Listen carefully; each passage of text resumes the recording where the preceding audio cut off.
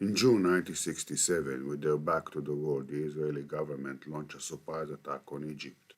Within a few days, the Egyptian army has been pushed back beyond the Suez Canal, and when Jordan and Syria fired at Israel, they too were pushed back. Jordan beyond the Jordan River, and Syria away from the Golan Heights. This outcome caught everyone by surprise. The Arab world blamed the Soviet equipment and vowed to erase the disgrace, while the 19 years old state of Israel thought it would be the last symmetric conflict it will face for decades to come. With the help of the Soviet Union and oil-rich Arab countries, Syria and Egypt were able to build massive armies equipped with the best Soviet weapons of the time. All this time, the Israeli government neglected its emergency warehouses and postponed much-needed upgrades.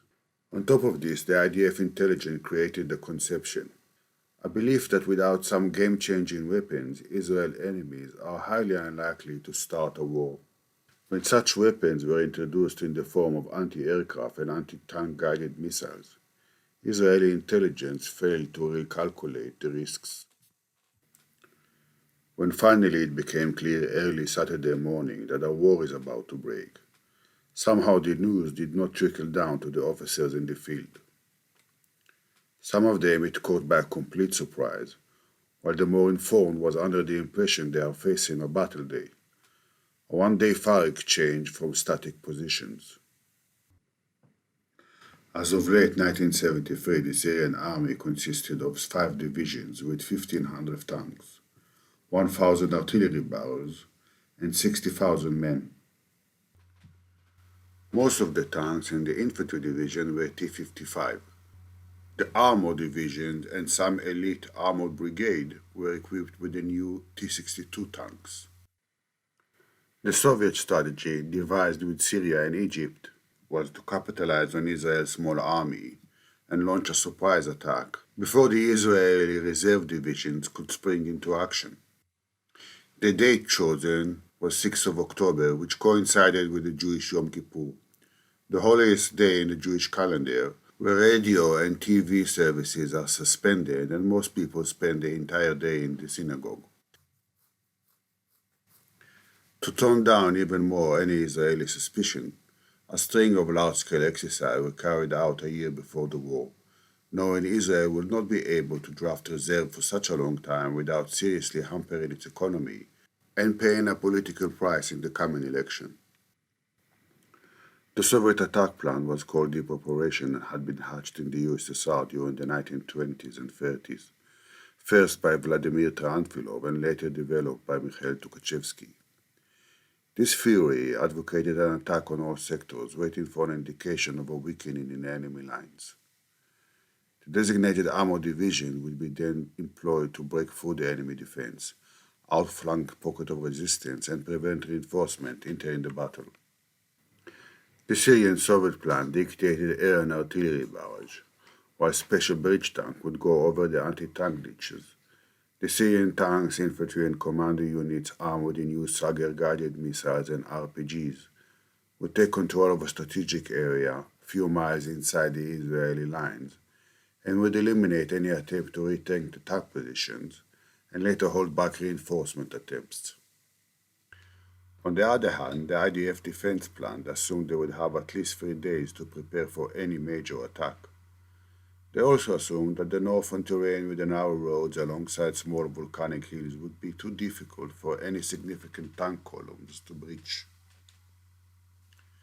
The assumption was that the Syrian army is most likely to attack in the center, in the Konetra Plateau, or in the south toward Hushnia and Nafach Junction. The south sector had no high ground to overlook the border. In the center, the IDF had designated the Booster Ridge as a tank ramp that would overlook the valley below, albeit at the very end of Israeli tank range. The strategic defense plan was for the active army, with the help of the Air Force, to hold back the initial hours of onslaught, while the reserve division would come to the rescue. However, as we will see, the attack caught the IDF completely by surprise. They were unprepared with only a few tanks, almost no infantry to cover for the tanks, and with the new Soviet anti-aircraft missile batteries rendering Israeli Air Force almost completely useless.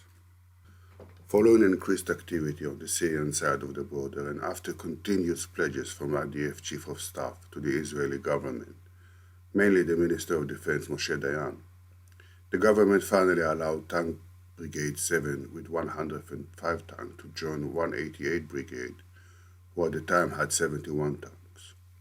In addition, two infantry battalions were scattered along the 40 miles long border. Half of 188 force was sent to the north sector, and from that point, the entire south sector, from Konetra Plateau to the Jordan border, was to be defended by 50 tanks from 53rd Battalion. As the battle began and after some discussion, 7th Brigadier sent 82nd Battalion to the south under the command of 188. At 5 minutes to 2, some 1,000 artillery barrels started pounding the Israeli positions. With a massive airstrike from the Syrian Air Force, the Israeli tanks had no choice but to retreat from their position until the barrage was over. Syrian Infantry Division 7, with the help of the Moroccan Expedition Brigade, managed to gain some ground while exchanging fire with the 74th Tank Battalion. During the afternoon and with the cover of the night, Syrian Division 9 attempted to outflank the boosterage. The north and center sectors probably deserve their own videos, but at the moment we will concentrate on the south sector, where the Israeli lines have been breached. In the south from their position, the Israeli tanks could see the Syrian breach tanks and bulldozers, filling in the gap in the anti-tank ditches. And since they assumed they are all facing a short, limited fire exchange, no real consideration was given to replenish ammunition or to move forward maintenance crews. As the battle continues and the sun sets, tank commander had to save their shots and ask repeatedly for more ammo. While fire exchange took place along the entire border, 112 and 61 Syrian Infantry Brigade managed to breach the anti-tank ditches and get closer and closer to the Israeli positions.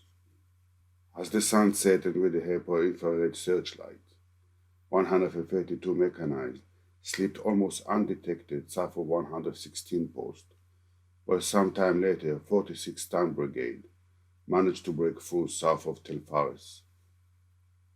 In the first hours of the night, report of Syrian tanks deep behind the Israeli lines made it into the North Operation Room.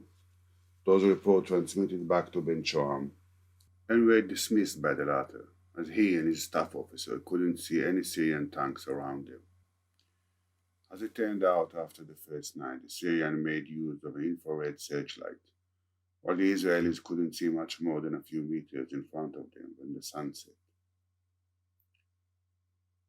During the first hours of the night, 53rd Battalion suffered losses and ran out of ammunition. Supply could not make it to the front line as it encountered enemy forces deep inside the south sector. After 9 p.m., a short distance to the north, while tanks from 82nd Battalion exchanged fire with 52 and 33 Mechanized Brigade, 51 Tank Brigade, undetected and unscathed, went deep inside the Hushnia region. As Syrian tanks from 46 and 51 Tank Brigade went deeper into the Hushnia region, they were met at 10 p.m. by two tanks commanded by Tzvika Gringod, an officer who left the brigade for an advance course a week before, and now arrived by himself to the sector, trying to hold back the Syrians with whatever tanks he could muster. By changing fire position and with some luck, Tzvika managed to imitate a larger force and hold back 51 and 46 Tank Brigades until reinforcement would arrive. Instead of sending organic battalion, brigades, and division as was originally planned, the IDF HQ slowly grasped the severity of the situation and scrambled tanks to the south sector as soon as they could be taken from their emergency warehouses. Around midnight, first reserve tanks made it to the front. 4 were sent to protect the road leading to the Golan in the south. They fired at 132 Mechanized Brigade and prevented it from sliding into the valley below. 7 Centurion tanks from 266 Armored Battalion arrived to the old road just after midnight. They were sent immediately to help out Zvika. This force, now consisted of 9 tanks in total, was immediately ambushed by Sagir missiles and RPGs. 5 Israeli tanks were lost in quick succession. In the confusion, Zvika tank was hit by a friendly fire. He climbed to another tank, while the last operative tank took the wounded and the dead back to the base. Once again, Zvika was left alone, holding the line south of Nafak until the early hours of the morning.